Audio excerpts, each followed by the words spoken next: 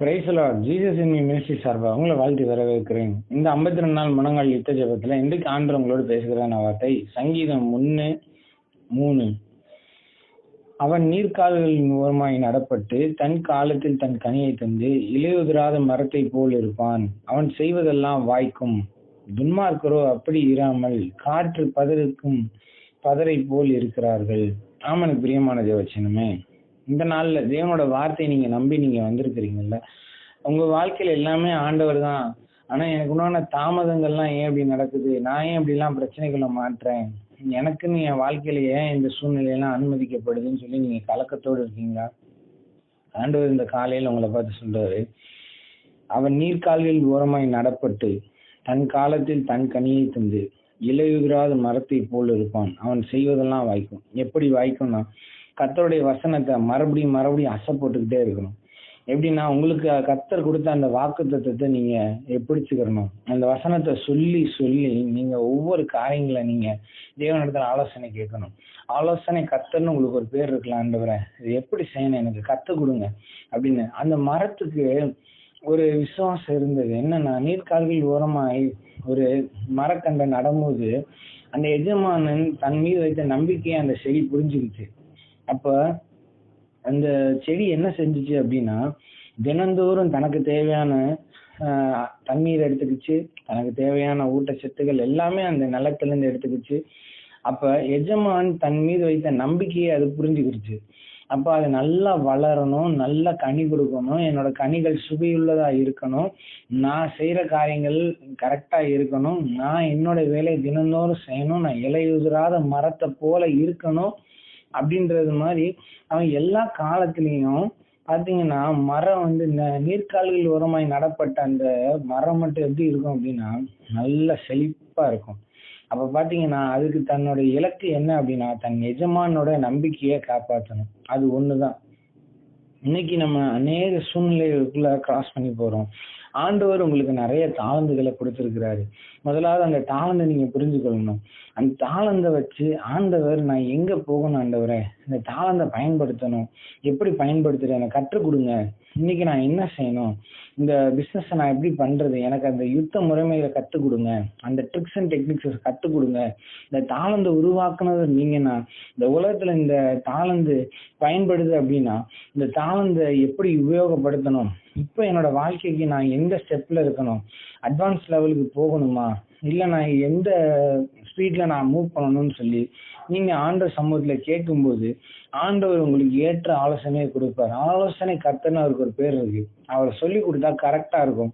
யுத்தங்களை செய்யும் பொழுது போய் தேவன் ஆண்டவரை புரிஞ்சுக்கிட்ட ஜனங்கள் வந்து அவர்கிட்ட போய் கேட்டாங்க, இதை நான் எப்படி செய்யணும் ஆண்டவரை, இதுக்கு நீங்க கொஞ்சம் எனக்கு ஆலோசனை கொடுங்க. ஆலோசனையை போய் ஆண்டு சமூகத்துல போய் கேட்டாங்க. இன்னைக்கு நம்ம தனிப்பட்ட இதுல ஜெபிக்கிறோம், ஆனா ஒண்ணுமே சத்தம் கேட்க மாட்டேங்குது, ஆண்டவர் பேச மாட்டாரு, எனக்கு ஒன்னும் சரியா புரிய மாட்டேங்குதுன்னா வீட்டு ஜெபங்கள்ல போய் கலந்துக்கொள்ளணும். இல்ல சபையில நடக்கிற கூட்டங்கள்லயாவது போய் கலந்துக்கொள்ளணும்.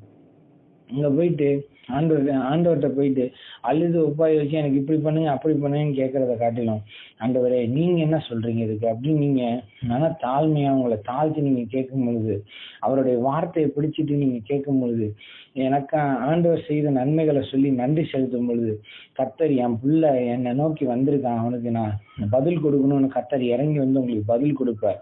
நீங்க இங்க ஜெபிச்சுக்கிட்டு இருக்கும் போதே அவர் அங்க கட்டளை பிறப்பிச்சிருவாரு. உங்களுக்குண்டான காரியங்களை அங்க தடை எல்லாத்தையும் நீக்கி போட்டு ஆயத்தப்படுத்திடுவாரு. முழு நம்பிக்கையா என் பிள்ளை மனுஷன்கிட்ட போய் கேட்கல, என்கிட்டதான் வந்து நிற்கிறான், அப்ப நான் அவனை வெக்கப்பட்டு போக விடக்கூடாது, நான் வெக்கப்பட்டு போக ஒரு நாள் விட மாட்டேன்னு சொல்லி கர்த்தர் நம்முடைய தூதர்களுக்கு கட்டளை இடுவார். ஆமென். அப்ப இந்த கால வேளையில என்னோட கூட சேர்ந்து ஜெபிக்கிறீங்களா? அன்பின் பரலோக தகப்பனே, இந்த நல்ல வேலையை நன்றி செலுத்துகிறோம்.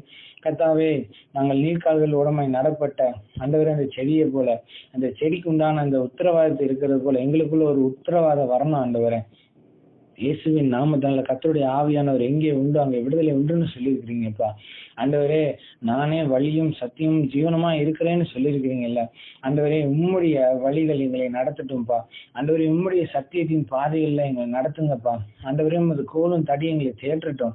ஆண்டவரே, நீடித்த நாட்களை திருப்தியாக்குற தேவன் ஆண்டவரே. ஆண்டவரே, தற்காலிகமான ஆசீர்வாதங்களை கொடுக்கிற தேவன் அல்ல ஆண்டவரே. நீர் நிலையான ஆசீர்வாதங்களை கொடுக்கிறவர். எங்களுக்கு நீர் தாளந்துகளை கொடுத்தீர் என்று சொன்னார். அந்த தாளந்தை மேன்மைப்படுத்த கர்த்தர் இந்த நாள்ல வாசல்களை திறக்க முடியாது செபிக்கிறோம்.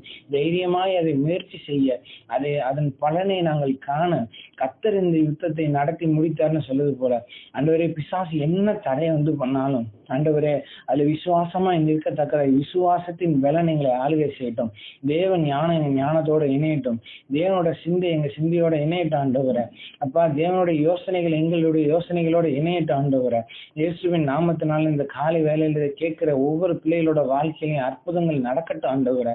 இயேசுவின் நாமத்தினால அற்புதங்கள் அதிசயங்கள் நடப்பதாக ஆண்டவரே. சாட்சி கேட்க கர்த்தர் கிருபை கொடுப்பீராக ஆண்டவரே. உம்முடைய வேதத்தின் வசனங்களை பிடித்து கொண்டு இது எனக்காக சொல்லப்பட்டது, எனக்கு பதில் கொடுக்கிற தேவன் என்னோடு கூட இருக்கிறார், என் மேல அவருடைய மொத்த பாசமா அவர் என் மேலதான் வச்சிருக்காருன்ற ஒரு நம்பிக்கையில ஆண்டவரே அவங்க கேட்க வந்திருக்கிறாங்க ஆண்டவரே. சுயநலமான ஜனங்கள் மத்தியில ஆண்டவரே உங்க பிள்ளைகள் தலை கொண்டு போகாதபடிக்கு கர்த்தர் நீதி இவர்களுக்கு ஆண்டவரை தயை செய்ய முடியாது நாங்கள் செபிக்கிறோம்ப்பா.